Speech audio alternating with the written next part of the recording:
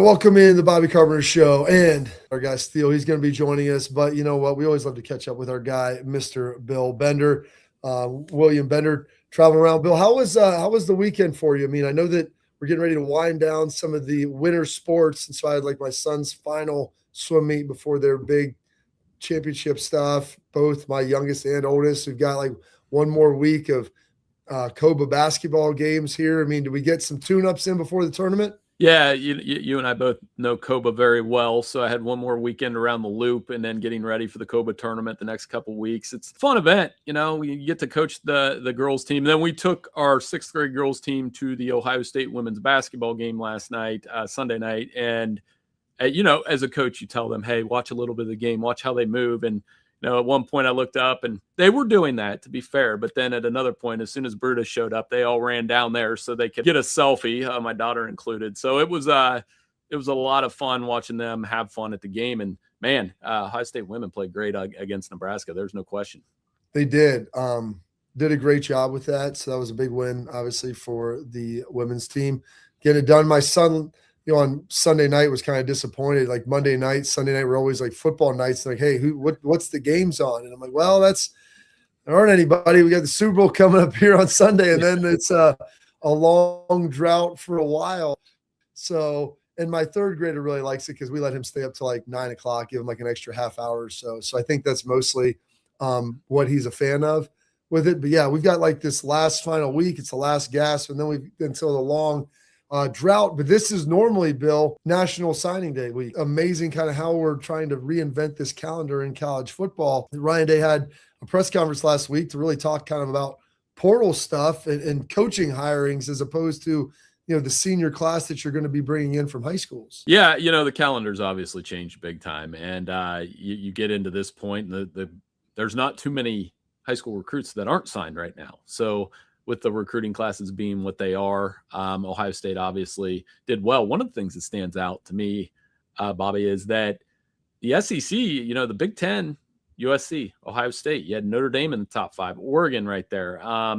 So when you have this Big Ten, this notion of the Big Ten being very good on the field is also translating off the field. I mean, we expect Ohio State to be in the top 5 in recruiting, but to have USC, Oregon, Washington had a really good recruiting class as well. So those schools on the West Coast that came into the Big Ten are seeing some serious benefits on the recruiting trail. I think it's what everybody kind of hoped Nebraska would be when they came in, and they really haven't, been able to kind of crack in like that. But Oregon, obviously, they've got deep pockets. USC is contending. And then Washington, I think people underestimate, Seattle's a huge market out there, and people do like football. They fill up their stadium, and it's a fun time.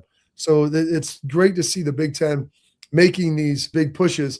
One of the things, this conversation I was having with a friend of mine, if you look at the last 3 Big Ten champions, and we talk about how difficult Ohio State's schedule is this year, and including a non-conference game at Texas the second week of the season. But if you look at the last 3 national champions, not Big Ten champions, with Michigan, Ohio State, and Indiana. Yeah, they're all from the Big Ten. Their non-conference schedules in those given years were not big. Ohio State's was not great. They didn't have a big non-conference foe. Neither did Michigan. Indiana didn't this year, and they actually dropped a home-and-home with Virginia that's going to be coming up soon. Ohio State playing Texas this year, and the conversation started with, we've got Georgia and Bama here in the future over the next 6 years. I think they have them on the schedule for 4 of them. But I don't foresee those games getting played. Looking out now, Bill, do you think that that's something that still ultimately happens, that these games get played, given that the SEC is going to a 9-game conference schedule? I hope so. And I think you and I are on the same page with this, that I understand the logic in scheduling. I don't want like a mini preseason almost when you play group 5 G6 schools now. But, the best part of September is the matchups like that. I mean, think about the buildup we had around Ohio State, Texas last year. That was somebody that's covered a lot of non-conference games at Ohio State. That was as cool an atmosphere as I've ever seen, on and on the field, before the game, after the game, everything around Lee Corso. It was amazing. So I get the logic, though, that if the college football playoff is only going to be about, hey, you got to get 10 wins, your strength of schedule, we'll consider it, but we're still going to take the 10-win team, then I understand it. Because if you look at Ohio State's schedule next year, especially with 9 games in the Big Ten. They don't have many easy ones. When you're playing Oregon, USC, Michigan, Indiana, who am I leaving out? I feel like there's somebody. I mean, even some of the other games are tough. That you pile a trip to Texas on top of that, it's going to be a very tough schedule. Bobby, you guys were competitors. Didn't you want that game against the Oklahomas, the Texases, the big non-conference game that probably made summer camp a little bit easier, I would imagine? It does. Well, it gives you something to kind of focus and look forward to all off season. That's the big game you have circled. And obviously you want to win against your Big Ten foes. But you said Ohio State. Obviously the Michigan game at the end of the year. They have Iowa earlier in the season. And then you have both Oregon and USC and Indiana in there. So it is robust. You throw in a trip to Texas and all of a sudden that's a beefy schedule that hopefully they do maintain these and they do kind of continue with them because it makes college football fun. I think it does a great job of also giving you something to look forward to early in the year. You have to have good content. I mean, Bill, they're basically TV shows, and it's always something that kind of gives you that ability to compare. Now, you could argue, you look at Notre Dame, now they scheduled 2 really tough games, and it's tough to see. They don't have a traditional schedule, so it's different. And so they got penalized for that. And I'm hoping that the committee begins to value that moving forward of playing those tough non-conference games, or else I do think they kind of go by the wayside. And that's the one thing I think our 16-team tournament, I think, Bill, will help alleviate some of that. So if you do lose one of those games, it's not the end of the world. If I was making a schedule as a Power 4 athletic director, I understand we got to play 9 at home or 9 Big Ten games. You start there. Some years you'll have 5 home games. Some years you have 4. Some of us think they should go to 10 Big Ten games, which would be even better. That way you can do 5 and 5, and there's 18 teams, and it unbalances the schedule a little bit.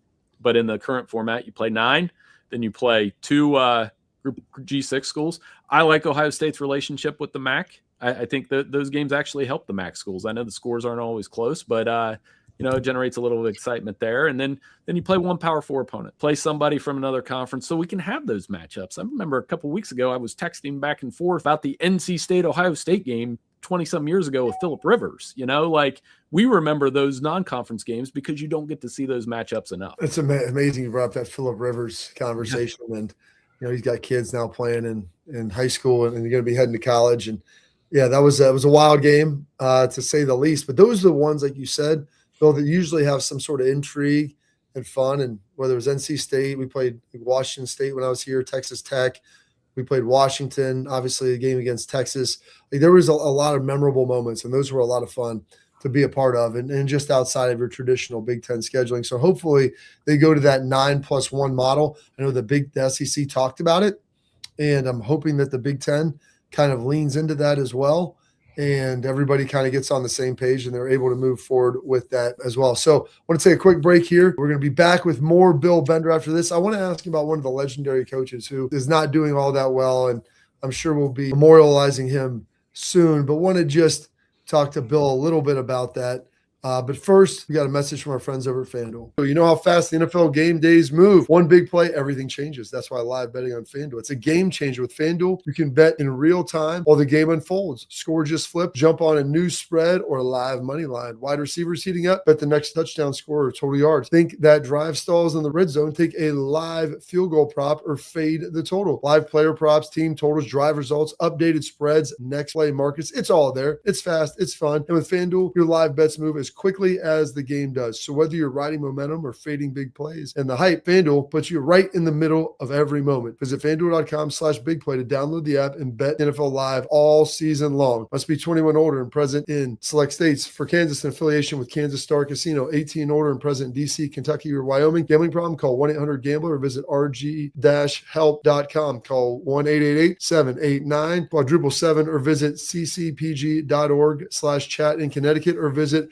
mdgamblinghelp.org in Maryland. Hope is here. Visit gamblinghelplinema.org or call 800-327-5050 for 24/7 support in Massachusetts or call 877-8-HOPE-NY or text HOPE-NY in New York.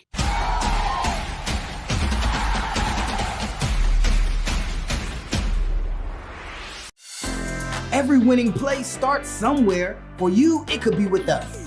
At Smart Choice Bass, we bring the showroom to you with no pressure and no long sale pitches. Just real options that fit your home and budget. This is your opportunity to win a full bathroom remodel for free. It's easy to enter. Just scan the QR code below, give us a call, or stop by one of our showrooms. One lucky winner will be announced every 6 months, so don't wait.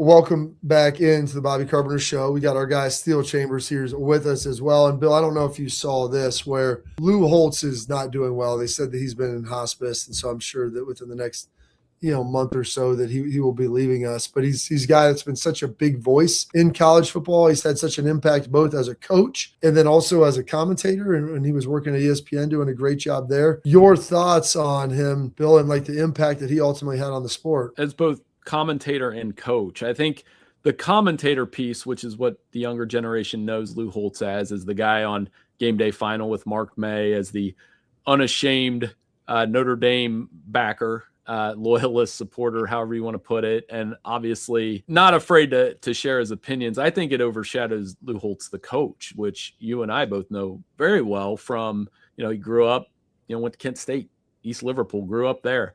Coached under Woody for a year, and that really set the course for his coaching career. There's a stretch from 1988 to 93 where Notre Dame was it. And you look at his record against top 5 opponents in that stretch, they were 11-2, and the only 2 losses, one was against Colorado in an Orange Bowl where there was a bad clipping call that wasn't a clip on Ismail return, and then Desmond Howard's diving catch.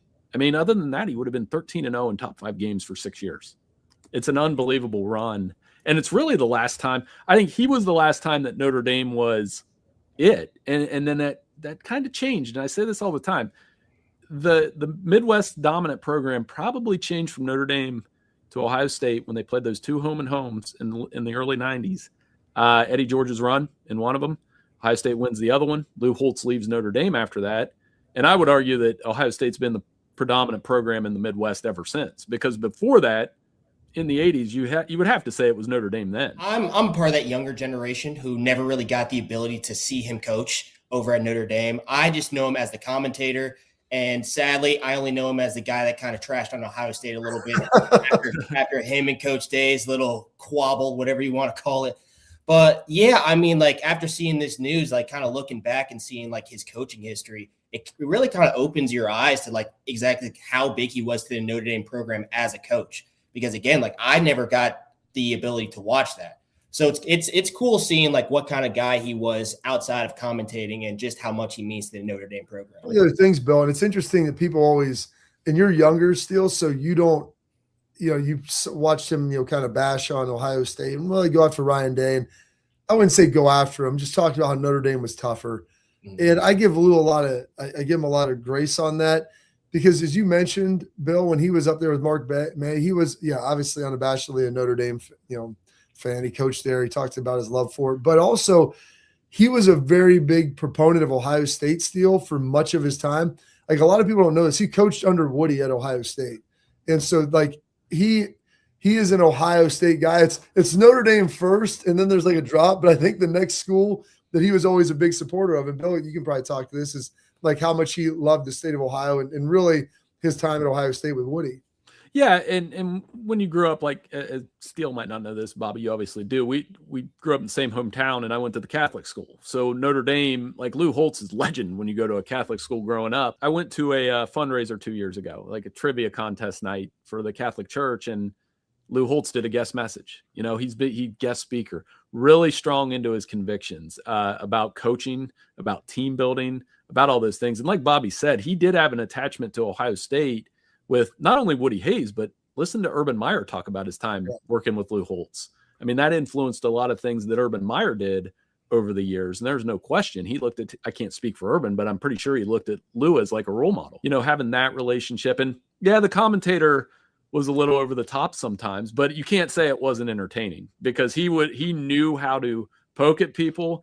That show was always entertaining, the late night show, whether you didn't like Mark May or not. And I know Mark also had a history of kind of targeting Ohio State. There's no question. It had people paying attention. That is low-hanging fruit hating Ohio State. I mean, I understand that. But I'm glad to see that it was mostly out of love, just some of the stuff he had to say about us. So I like hearing it. It was always good. And Mark May, well, the history still, I mean, Castile's a baby, Bill, so he doesn't probably know the history. And Mark May was a Pitt guy, and I think he always hated it, Bill, because was it Cooper that they hung like it's like A big 70 number. They beat him like 70-3 still in like the mid 90s. 10 touchdowns in any game is a lot. And we talked about this on the show in the past, but I'm a big believer that, I've covered a lot of college football games at Sporting News over the past 20 years. The Ohio State Notre Dame games, the 2 on campus and then the 1 championship game, that as much energy around them as any game. And maybe that's because I live in this bubble in Ohio and know the Catholic school scene as well. But I mean, there was so much heat on the one here in Columbus that Ohio State wins. Obviously, with everything Coach Day said after the game, and that was as cool a game as I've ever seen. The atmosphere before, seeing Ohio State fans walking around South Bend, and you had a lot of red, you had a lot of green. It kind of looked like Christmas. You get it then when you can cover games like that and the atmosphere around it. It's a big reason why. And I've read things in the past about why Ohio State and Notre Dame didn't play a lot in the 70s. I'm a big believer that they should play that series more often. The games are amazing. The rumor is that when Woody would go recruit guys, he's like, if you're not going to come to Ohio State, just go to Notre Dame. So they wouldn't go to Michigan. It's like, and then subsequently they wouldn't play. And there's obviously a huge Catholic influence in Ohio, especially in Cleveland and Cincinnati. And so that was all good in there. Bill, we're only have 1 football game left until we have to start, the calendar 2026 season here ultimately in the fall. What do we got juiced up? I mean, we're already starting some of these lists, the lists that are coming out and everything else. What have you been working at over at Sporting News? Yeah, I mean, I'll help with college basketball over the next month, obviously. And that tournament's going to be a lot of fun. There are a lot of good teams on the men's side. There are a lot of good teams on the women's side. We'll help with Super Bowl coverage this week. Obviously, be writing a little bit about Mike Vrabel this week and the opportunity he has to win a Super Bowl with that Patriots formula that is resurfaced. I did want to ask you real quick, Bobby.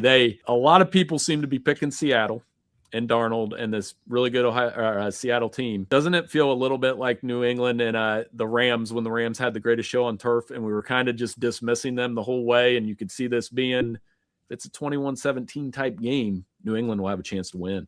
Yeah, they'll want to make it ugly with the Braves. And that people always, Bill, and they remember Brady at the end when he's the guy out there, winning MVPs and throwing all these touchdowns. But early on the first 3 Super Bowl run, I mean, Tom Brady was good. He was efficient, but the team wasn't built around him. And so this New England team seems to be like those Mike Vrabel teams that he was a part of that are grittier, that are tougher, that, hey, we're good on offense, we're good on defense, we're good on special teams.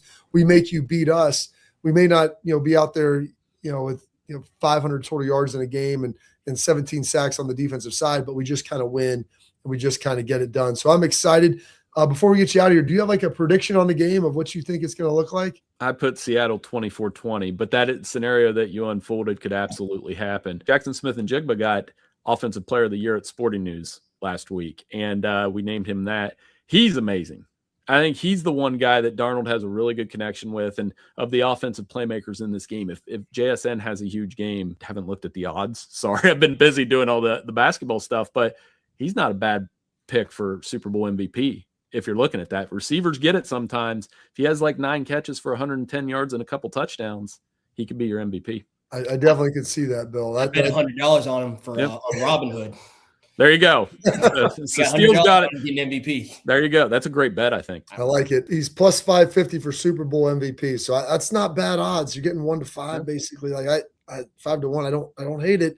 Don't hate it. So Bill, we appreciate it, sir. Thank you for joining us today. As always, you do such a great job over there at Sporting News. Go check out your stuff and look forward to catching up with you again next week. Hey, I'll talk to you guys next week. Thanks so much. There he is, our guy, Mr. Bill Bender, doing a terrific job for us here, as he always does. Smart dude, knows a ton about everything. Just an interesting note here, Steele, 72-0 in September 21st, 1996, Buckeyes over Pitt Panthers. And I think Pitt was even ranked. Like, I think that they were like ranked 21, and Ohio State went in there and beat them up. And I think they played the year before, and I was watching this clip that popped in my algorithm, rather, and it had Terry Glenn in 1995, I think the year prior, and he had like 9 catches for like 250 yards on him. So it was back-to-back years. It wasn't a great situation. There's something personal with that. It is. Well, you don't score 10 touchdowns and then keep them to 0 points without having a little bit of animosity. It is a little bit bumpy. We'll talk a little bit. There's another Buckeye that's got some decent Super Bowl odds that we'll talk about that might be worth throwing a couple shekels on there. And we'll break down maybe some of the stars of where they're dispersed among conferences when we talk about recruiting. Coming up next.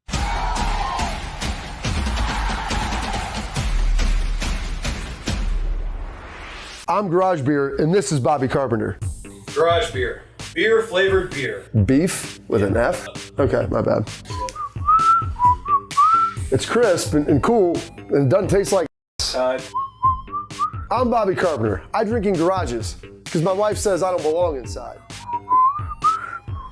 If you like a cold breeze on your bag, drink Garage Beer. It's American, and so can you. Garage Beer. Beer flavored beer.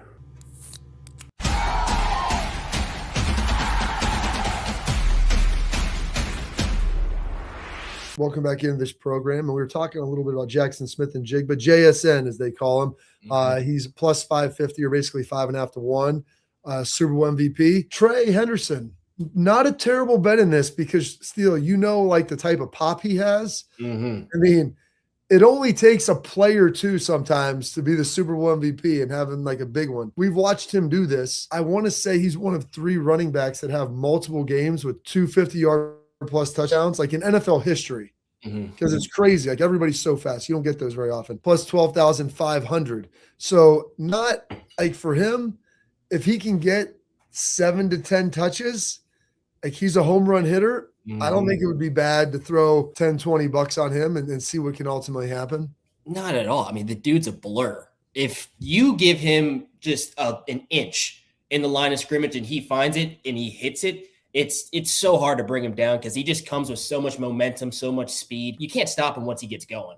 And again, it's just that one play. That's all it takes. Maybe they're backed up on the 20. Next thing you know, he's at the 50-yard line and no one's around him. So I'm going to put a couple schmeckles on him. I think you convinced me. Plus, the Seahawks, they've got a great run defense.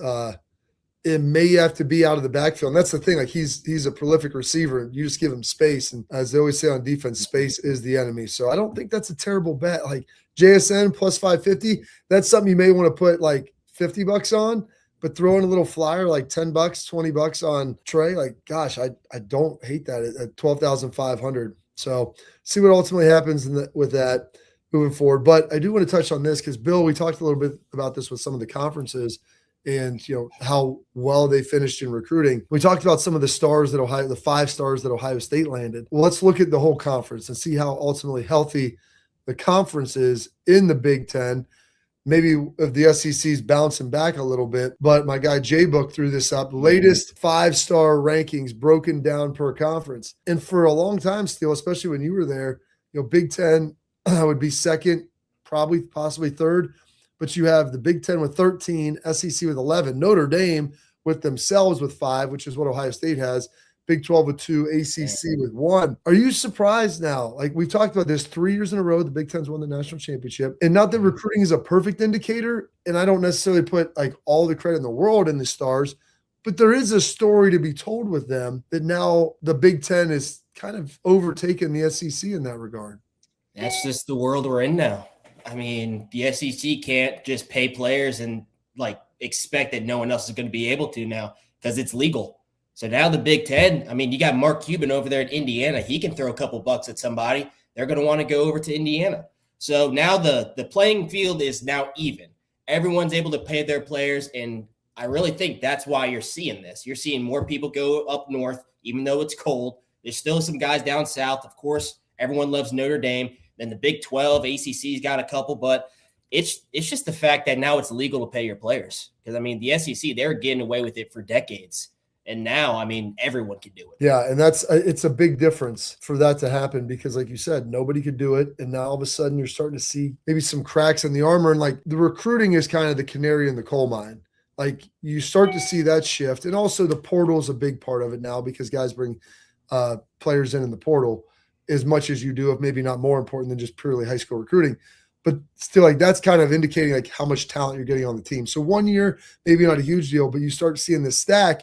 And then 2, 3, 4 years down the line, you ultimately start to see, well, these teams, they're playing a little better because maybe they got the better players. It starts to make a little more sense or a little short on time. But I want to get to this with you because I love that. I love that hat, by the way. We'll talk about that in a minute too. Because you were a guy that's from Atlanta, 45, 50 minutes from Georgia. I'm from Georgia, not Atlanta. From Georgia, I'm sorry. You're from There's Georgia. a difference being from Atlanta and Georgia. How far are you from UGA's campus? Hour 15. Okay. So not far at all. I mean, I grew up about 45 minutes from Ohio State's campus. I mean, that's a commute for a lot of people in the city of Atlanta, if you will. So yeah, I get that, you being a Georgia kid. So I want to kind of talk about that. We've never really dove into it.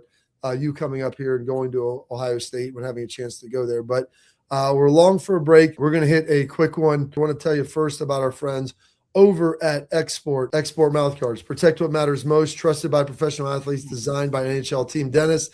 Export Mouthguards are scientifically tested to absorb those high-impact hits, protecting both your teeth and your brain. Export Mouthguards, they feature 3 layers of advanced protection, including patented use of carbon fiber. They 3D print that bad boy right to your smile for more protection, better performance, max comfort, and clear communication so you can focus on your game, not on your gear. Don't take chances with your safety. Visit exportguards.com/Bobby to save 15% or more on your order. Export, protect what matters most. More of the Bobby Carpenter Show coming up next.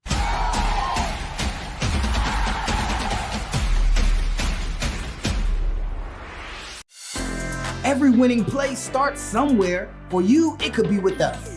At Smart Choice Bath, we bring the showroom to you with no pressure and no long sale pitches. Just real options that fit your home and budget. This is your opportunity to win a full bathroom remodel for free.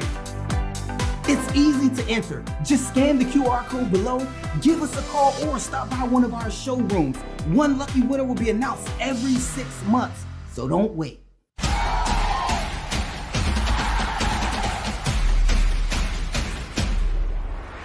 Columbus, listen up. Smart Choice Baths has officially arrived in our city, and they're kicking things off with a massive win to celebrate the new division. They have partnered with me and Big Play to give away a complete bathroom remodel valued up to $10,000. We're talking a brand new shower tub installed for free. No purchase necessary. Just go to smartchoicebaths.com or scan the QR code to enter right now. That's smartchoicebaths.com. Get it on this before the prize period ends, and don't let your bathroom sit on the bench any longer. Welcome back into the Bobby Carpenter Show. Our headlines are brought to you by Smart Choice Bass. So we've got our leadlines here in our Lift It or Leave It segment still. In the NIL era of college football, National High School Recruit Signing Day has completely lost all of its value. We're talking about the traditional one right now. I'm going to lift it. I already thought it was a little too overboard with guys having 20 hats in front of them and doing these little like hezzies, like I'm going to pick this one, pick that one, whatever. I'm more the traditional. I'm going there. I don't need all these cameras. But now, I mean, I think there's less attention on some of these high school guys because once they get to college, they're already moving on to the next batch of guys like in their junior year. And there's not even a promise that they're going to stay at that organization. I'm going to lift it. I would lift it too. I mean, like you said, there was a day in my year still is when people started doing like the different hats. And then you started having guys on ESPNU come out, and then they started putting them on Sports Center, and it got bigger and bigger, and people have done it on different shows. And that was huge. It was huge for a while. And I remember growing up, I'm like, man, I hope that I'm going to be good enough one day where I could like have a signing that people would care about. They'd give a crap about, and they'd want to watch it and cover. And I did, my dad was like, hey, you're not going to be a jackass about this. Like, you're going to do it in a responsible way. It's respectful for all the teams that recruited you. So if you want to have 4 or 5 hats up there, whatever it is, you're going to pick one and put it on. This isn't like Philly fake out, put one on, take off another, got the shirt and jersey underneath. Respect them. And he goes, they're not going to find out like that. So he made me call all of the coaches that recruited me. Oh, that's nice. And let them, it wasn't nice at all. I was 18 years old, man. You ever called a grown man and be like, hey, you're like breaking up. I mean, I ain't breaking up with girls, let alone like having to call a dude who's recruited me, who's, my age now, 43, 45, 50 years old. And like I had to call Randy Walker, who was the head coach at Northwestern, who was my dad's college roommate. They were like good friends. I'd known Randy since I was like 8 or 9 years old. We'd go to games. When he was at Miami, Ohio, then at Northwestern. And it was crushing to have to call him and, let him down. But he was an Ohio guy. He goes, I understand. I appreciate the call. If something changes, let me know. Now they'd be even more kind. It's like, hey, if it doesn't work out for that first year, don't be afraid to hop in the portal. We can arms wide open. Yeah, slide you on up. So I'm like, you really can't be scorched earth now because you want those guys to come there eventually. But I agree. I don't know if we have this. Plus, when those guys commit, even if they're committing on whatever day it is, I think it does matter somewhat. But the portal is so much bigger now. And like, are those guys still even going to be there in 4 or 5 years or 3 years or 2 years? Will they be there after the next season? So I think it's lost a lot of its steam. And that's unfortunate. It kind of stinks a little bit, but it is what it is ultimately at this point. This is interesting. And I'm curious. I mean, you played for 5 years at Ohio State. You were in the portal-ish era, NIL-ish era, but like early on. So it wasn't, you weren't fully like into the throngs of it. I would say kind of like going out at night. Like you were in bed by midnight. You didn't stay up till 3 o'clock to see all the craziness that has ensued with the portal here. Everything. No. It's a question about legacy. Is a legacy important to current players, and being associated and tied to one school, one college? It still matters in college football. And I say this because Ty Simpson, who was the quarterback at Alabama, I think Miami was probably offering him $7, $8, $9 million to go to Miami. He got in the draft because they were kind of ushering him out. Like they had other guys they wanted to play and kind of ushering him out the door. And he turned down that money to go to the draft. And he said it was important for him and his legacy at Alabama. And people then ask, what legacy? They didn't win anything. I go, but it's really important, some people, to be tied to a program or a university. That still matters in today's era of college football. Lift it or leave it. Lift it. That's one of my bigger lift it. And I don't think this is true for most players nowadays. And that's really sad to see. But I know for me, there's no way I could go to any other school. I mean, after spending 5 years at Ohio State, I don't understand like what it would be like to go to a different school and just have to assimilate with all these other random guys that I truthfully don't care about. Like I want to be with my boys, like at Ohio State, at the Woody, hanging out with them and playing ball with them. And of course, like there's money involved now, but what Ty Simpson just did there, it's hard turning down all that money, but I see where he's coming from, because it's so hard to just leave such a historic culture like Alabama and just go somewhere else. There's just going to be that empty feeling inside you whenever you do it. Like, yeah, I'm getting paid millions of dollars, but like at what cost? At what cost to me down the road when I don't even know if I can call Alabama home anymore? And then at what cost is just, I kind of left my guys out to dry and I didn't finish the drill with them. That's kind of how I view it. You had Carson Beck, who ultimately went to Miami from Georgia. It's kind of similar deal. He kind of showed him the door, and on your way out, he went to Miami. They paid him a ton. And he took him to a national championship game, but they didn't ultimately win it. Like Fernando Mendoza, he's going to be a legend at Indiana because they won a national championship. Like Will Howard came to Ohio State. They won a national championship with him. I look at a guy that you played with, and I'm not saying that this is right or wrong. The correctness is, I'm trying to find a hard way to articulate, because there's nothing right or wrong about it, but it's just the reality of it, is the guy that you played with Kyle McCord, who was at Ohio State for a number of years, goes to Syracuse. Now, he threw for 5,000 yards and had some success. But, like, do you think the people at Syracuse, like, do they revere him? Like, does he have a place? Like, what is his place now? And it's not a knock on Kyle. I like him a lot, but I'm just trying to figure out when there's guys like that. And he's the easiest example for me, because him being at Ohio State and like knowing him, but just trying to figure out like, what does that look like when you're 30 years old, 40 years old, 50 years old? That's the hard part of it, because everyone has their own journey. They transfer for different reasons. Of course, I respect Kyle's reasoning, because truthfully, Ohio State Nation, they were not the kindest to him. That sucks for him. So he felt at home in Syracuse. He killed it over there. But now, yeah, there is that kind of like, am I Ohio State? Am I Syracuse? I mean, I was with the Buckeyes for, I think, 3 years or so. I was with Syracuse for only one, but I was playing awesome over there. And then it kind of brings up the whole Joe Burrow thing. Ohio State always tries to claim Joe Burrow, but he never had any success here. He went over to LSU and he absolutely dominated.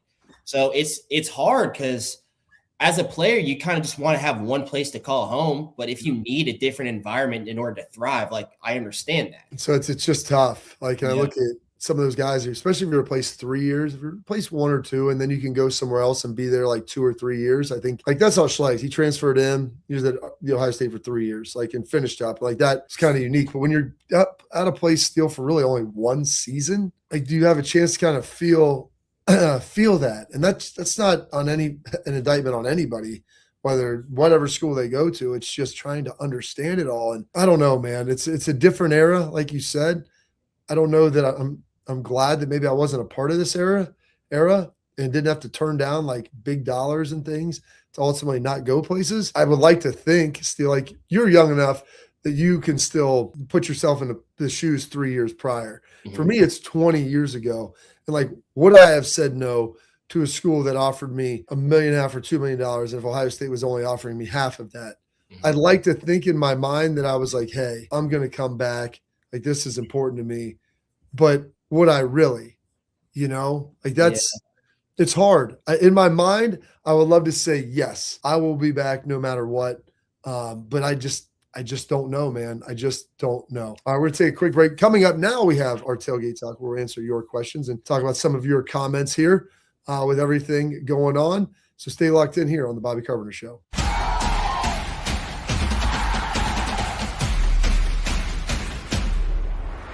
I'm Garage Beer, and this is Bobby Carpenter. Garage beer. Beer flavored beer. Beef with an F? Okay, my bad.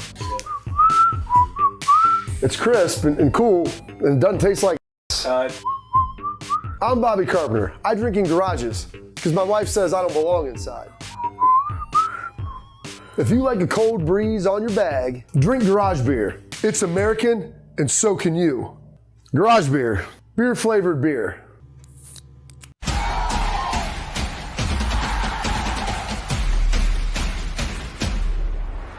Welcome in to the Bobby Carpenter Show and our Tailgate Talk. And you know what? We're going to tell you about our friends over at Backer, bckr.com. They are elite fan gear. Some of the best fan gear you're going to find. It looks good. It feels good. It has all the functions and features that you want to see. They check all of the boxes. It's like the high-end fishing, skiing, golfing, hunting gear that, you know what? Now we just slapped your team logo on it. Whether it's Ohio State, hopefully, or somewhere else, I'm not going to hate it, but it looks good, it feels good, and it's got you covered here for wind, cold, rain. They've got it all. bckr.com. That's bckr.com. Go check them out. Use promo code all caps Bobby for an extra 10% off at checkout. So go check them out. A couple comments here on some of the different stuff we've done, and still, you're getting a lot of positive praise. So really enjoy it. Publicity is only like poison. It only kills you if you swallow it. I'm diabetic, man. Don't give me too much sugar. Stay humble, stay hungry. One of the comments here from Jeff Weller on one of our shows from last week, he said, it's a shame Claire didn't come back, meaning Max Claire, because he would have been a monster this year under Smith. And that's when I saw Max Claire leave, I thought that, he's probably going to be one of the top 3 tight ends taken. It seemed like he may have been able to up his stock this year a little bit because you didn't have Carnell Tate. And so maybe he would get another catch or 2 this year. I understand why he ultimately left. I think he could have maybe helped himself a little more. Surprised that you saw him leave still. Yes. I'm not sure on next year's tight end class, but I know with this year with like Sadiq, and I think there's one other guy, I can't remember his name. But I personally thought he had a chance to be one of the first tight ends off the board next year, like either tight end 1 or tight end 2. And then with Tate leaving, it's going to be a younger wide receiver room with like Chris Henry possibly getting some playing time. I would see him being probably the number 1 target for Julian Sayin, especially a guy who, they're going to be playing a lot of 2 deep, trying to contain Jeremiah. So where do you go whenever they do that? Tight end somewhere in the middle of the field. So, he probably has his own reasons. I'm, of course, not going to say he should have stayed or gone. That's all totally up to him. But I do think he could have helped himself a little bit. All right, this is from your typical Ohio man. It's a nice little comment. This was about the Arthur Smith hire. Honestly, I'm all for it. I see what Ryan Day is trying to do. He wants to improve his ground game and be more imposing at the point of attack, which in turn should help them a lot in the red zone. The passing offense should be fine. Their wide receivers will still get their touches. The main thing that Day has been inconsistent with since he became the head coach is the run game. Meyer always had a great run scheme. Same with Tressel, which Tressel always ran the ball. I don't know if it was always a great run scheme, but he was going to run it regardless. It's Ohio State's staple. He has something to do to correct it, and I think he will. Just like with the defense, people doubted him on that too. And you know what? The offense looks like crap, and Arthur Smith ain't the guy. Who the heck cares? They'll just find another guy. I don't necessarily hate it, but Ryan has done. He's made bold moves, bringing in Arthur Smith. Like he fills out the area where Ryan isn't. Where Ryan, I wouldn't say isn't great. Where maybe they need some more influence on the offense. That's what Chip was able to do. And so you do this that now again, and it seems like this might work, 2.0. Yeah, I mean, it's a big old puzzle. He's just trying to get the right pieces. I mean, we're going to see pretty early on, I believe, if Arthur Smith's going to be that right piece. I think me and you both believe he is. But yeah, I mean, if it doesn't work out, hopefully it does. I think he has the ability and kind of the cojones to make the right move, the bold move, and move on. Because like Ohio State, like you got to win every single year. And if Arthur Smith has one bad game or two bad games and they lose, and there's a chance they're not in the playoffs, he's going to move on because he knows that his job's also on the line. All right. Sorry, I started laughing. I was reading one of these comments. I scroll through them, taking a look at what was on to pick out. This is from the Bodie one. Steele looks like a supermodel. Steele, catwalk, fancy chambers. Bobby looks like a grinder from the coal mines who also is a boxer. Cold dude, punch in the face, Carpenter. Go Bucks. I mean, Steele, that's what Cade was saying, that you're the pretty boy up there. You're looking good. I mean, I'm just being real. You can embrace it, you can defend it, whatever you want to do. I think I'm not ugly, but I don't think I'm a supermodel. I think I'm not. That's what I told my wife. I don't know if I'm the most handsome guy in the world, but I'd like to think that I'm also not like the most like someone who's looking homely. Like I don't need to be a 10. I just don't want to be like a 5 or below. Somewhere in that sweet spot of like 6, 8 probably seems about right. I live in that area. Like I don't want people doing a double take on me, thinking like, "Oh, mommy, what's that?" It's a pretty dude. Yeah, I'm serviceable. I'm serviceable. That's good. That's a good thing. It's a lot of fun with all of this. Oh gosh, they've got some more comments. Oh, here's a great one. This might actually be informed conversation. It's from Garen Eggleston. Said none of you have the experience of coaching at the highest level or probably the lowest level. So why not sit back and wait before you make stupid comments, which I always find is pretty amazing. And so I got a chance to talk with Arthur Smith, and we talked about it last week. Like, listen, if Aaron Rodgers likes you and he respects you, like that goes a long, long way for me, Steele, because Aaron chews up coaches and spits them out. The longer you've been in the game, the less tolerance you have for people trying to BS you, and you're there to win. If Aaron can deal with Arthur, because here's the thing, Steele, like we talked about this with coaching. If you can't teach someone or explain something to someone, then how well do you really know it yourself? Yeah. That's what our coaches always like to have our players. And we used to do Steele back in the day, during spring ball, you'd have your older guys and Fickle, they'd have us teach like the install to the young guys. Like, hey, let's do this base defense today. Teach it to them. If you know it well, you're able to do that. And so you got to be able to answer when they ask, well, why are you doing that? Or why is this important? And why is this a critical coaching point? So for Aaron Rodgers, like I know he would ask Arthur Smith that, like, dude, if not, he's going to chew him up and spit him out. Like, why do you want to do that? If you give him a good answer, then all of a sudden it's like, all right, man, I can trust you. I believe you, but you've got to be able to do that. Yeah. Being able to teach someone, that just shows like how well you know it. I know Coach Knowles, he made us do that a couple times with the younger guys. And I would catch myself like not being totally sure exactly what I'm saying. And it'd make me go back to the playbook, study up a little more, and come back and have complete conviction of what I'm saying. So the fact that he's able to do that with the sheriff of all people and still give him little nuggets of knowledge, that just shows just how much football the guy knows. Knows a ton. Gosh, there's one other one. But we're running a little bit long here. Some other great comments. So we'll get into this and some of the other comments that Ryan Day had as he was, wrapping up a lot of the stuff on Friday, talking about the coaching staff. But he made some really interesting comments too about Ohio State and their offensive line, how they bring guys into the portal and what that ultimately looks like. And it's there's a bigger conversation to even be had about how to even build teams now, because coaches everywhere, whether you're Kirby Smart at Alabama, whether you're Lane Kiffin at LSU, whether you're Lincoln Riley at USC, Ryan Day at Ohio State, like how to construct a team at some of these traditional blue blood programs versus how they've always done it. Very, very interesting paradigm, because there might be some shifts that are ultimately happening. So we'll dive into that a little bit here in some shows in the future. But coming up next, we're going to wrap up the show. We've got Aristotle over here, Leonardo da Vinci, the true Renaissance man, Mr. Steele Chambers. He's going to drop us off with some side nuggets and parting thoughts coming up next.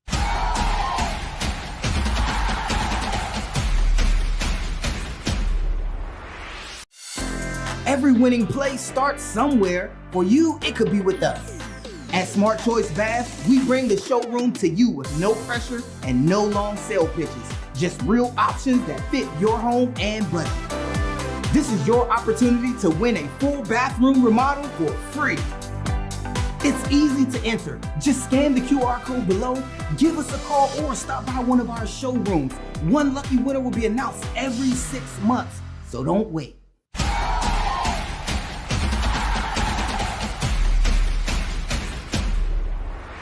All right, still, we've got some time here, so you don't have to rush anything. What are your thoughts? You got anything you want to lay out or you want to try to leave somebody with today? A little something, and it starts with a story. Okay, I love it. A couple days ago, I went to the dog park, and I'm not trying to bear No, with it's me good. on This is I want honesty about how people probably Okay. disrespect and don't. I do met it. the This is coolest Asian man at the dog park. nice. I like it. And we got to know each other. He asked if our dogs could play, and we're saying what's your dog's name? And I say my dog's name is Maverick. And he's obviously learning English, and he was having a very hard time pronouncing Maverick. I could see the gears turning in his head. So to kind of make things easier, he was asking Top Gun, Tom Cruise. I'm like, yeah, Tom Cruise. So he said, can I call Tom Cruise? I'm like, absolutely. So for 30 minutes, we're having fun running around. He's screaming at my dog, Tom Cruise, go, go, go. And we just had a ball. Is this your husky? Yeah, this is my husky. Okay. And just off that, spread a little joy today. I had the time of my life just talking to this dude I just met. I mean, he's just such an awesome soul. You could tell that he's nothing but a positive ray of sunshine for anyone that knows him. So whether you're going to Starbucks, if you're going over to Walmart or something, give someone a smile, start a little conversation, just spread a little happiness today. I love it, dude. Talk to somebody new and try to brighten their day. Mm-hmm. I was talking with Bill earlier in the program. We wrapping up some of our youth sports things. And did you ever wrestle at all, Steele? Not Formal. Okay, the answer is not formally, no. Yeah, neither did I. I was never a wrestler growing up. I played a lot of basketball, swim when I was younger. The guy who used to sit in your chair, Mr. Schlags, he was a really good wrestler. I've got all my kids to wrestle. I have one who's currently doing it, my last one. And I always liked wrestling because watching it, I didn't really know much about it. I know a lot more now after having 3-4 kids that have gone through it, including my daughter, which I think is great because it teaches you about yourself. Number one, still there's no one that you can make excuses for. You can't abdicate responsibility. You own it. You got in the ring with another person, and what happened because of your preparedness or maybe your lack of preparedness or whatever it was. And so my youngest son, he has championships. He wrestles and swims and plays basketball. So he's not a hardcore wrestler, but he's pretty good. And he's gotten second and third the last 2 years. And I think he really wanted to win it this year. And he ended up losing in his second match. And with that, he wasn't gonna be able to get to the championship. Lost a tough one to a kid he'd lost before, and there was a questionable call on their high school refs. So I'm not getting bent out of shape over it. He didn't want to go anymore. He go, buddy, I haven't got to watch you wrestle all year because I've been at his other siblings' sports. But I want to watch you wrestle. This is good for I get to watch more matches. I'm good with that. Let's just go see if we can win some. Bounces back, wins his next match. So he won one, lost one, won one. He's in the consolation bracket going for third place. So he gets to the finals. Great. Goes against another kid. The only other kid that had beat him all year. There was the number 1 seed. He had gotten upset earlier. Still, I'm not kidding you. 10 seconds into the match, he gets him in this head and arm, locked up. And if you ever watch wrestling, he is on his back fighting they have 3 1-minute rounds, fighting for probably 45 seconds. Like a little triangle here. He's got him here pinned up, and his back is he's arching, rolling, trying to fight. And all you got to do is just fight for 45. Say all you do. Fight for 45 seconds. Just don't get pinned. They're going to blow it. Then you get to reset. My man fights his balls off for 45 seconds. Really proud of him. He's down 7-0. That dude was kicking his butt for literally the whole first period. I'm like, this is first round. This is not going to be good. Comes up crying a little bit. His face is all red. One of the coaches was worried he was going to pass out. And he's 9. You know what? My man dusts himself off, gets in there. You can either go down, you can go up, or you can go face. And he goes, let's go face. About 10 seconds in, shoots on the guy, flips him over, dumps him down, and pins him. And I'm thinking oh, yeah. I was worried. I'm like, this is going to be a long match. We just got dominated for the first round. You're lucky you didn't get pinned. And that's how it can swing. I always try to tell people, and You know, I'm a big believer in this. And I especially look back at that Ohio State team last year. Like the darkest hour is just before the dawn. Mm-hmm. When you think things like, all right, it's worse, like it's the greatest level of despair. It's like, just keep fighting, man. Like just put one foot in front of the other and keep going. And wrestling teaches you that, because you could be down still 14-2 in a match, and you can pin somebody and it's over. Like they slip up and it's done. And so I love that, like my 9-year-old, we're learning those lessons, man. Like just keep battling, keep chopping wood, keep fighting, do all the things the right way. And if you trust the process in life, you know what, it's going to be great. And you've got to bring the juice hat on, Steele. So that's amazing. I'm super pumped to see that. Love that you're on here today. I love that you're sharing stories about positive experiences at the dog park, impacting people in a positive way. Thanks for doing that. And thanks for watching this edition of the Bobby Carpenter Show.